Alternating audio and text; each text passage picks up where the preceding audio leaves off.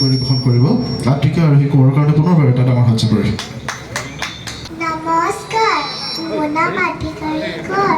মই ৰাভা সংগীত পৰিৱেশন কৰিম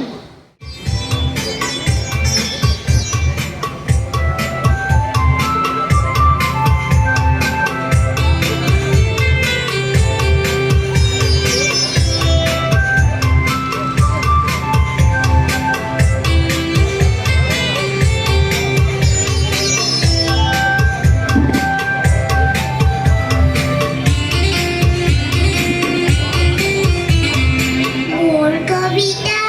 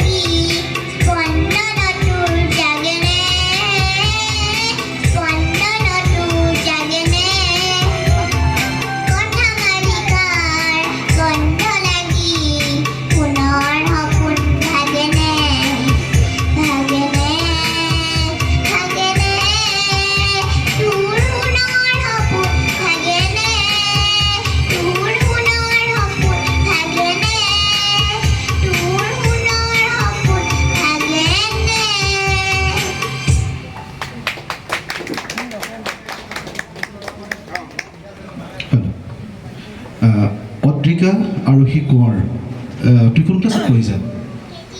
কেজি2 ইমান কম বয়সতে আচলতে ইমান কঠিন এটা গান গাবলৈ প্ৰয়াস কৰিছে এই আবাহতে তেখেতৰ কাৰণেও এটা হাত চাপৰি লগতে অভিভাৱকৰলৈও এটা হাত চাপৰি দিবৰ বাবে অনুৰোধ জনাইছোঁ আৰু তেখেতৰ উজ্জ্বল ভৱিষ্যত কামনা কৰি আশীৰ্বাদ হিচাপে আমি এটি স্মৃতি স্মাৰক দিব বিচাৰিছোঁ আমাৰ ঠিক সন্মুখতে বহি থকা আমাৰ সকলোৰে শ্ৰদ্ধাৰ বয়োজ্যেষ্ঠ নাট্যকৰ্মী তথা নাট্য আন্দোলনৰ লগত জড়িত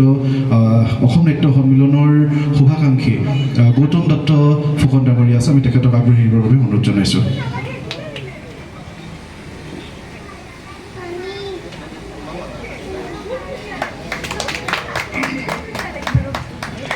এইখিনিতে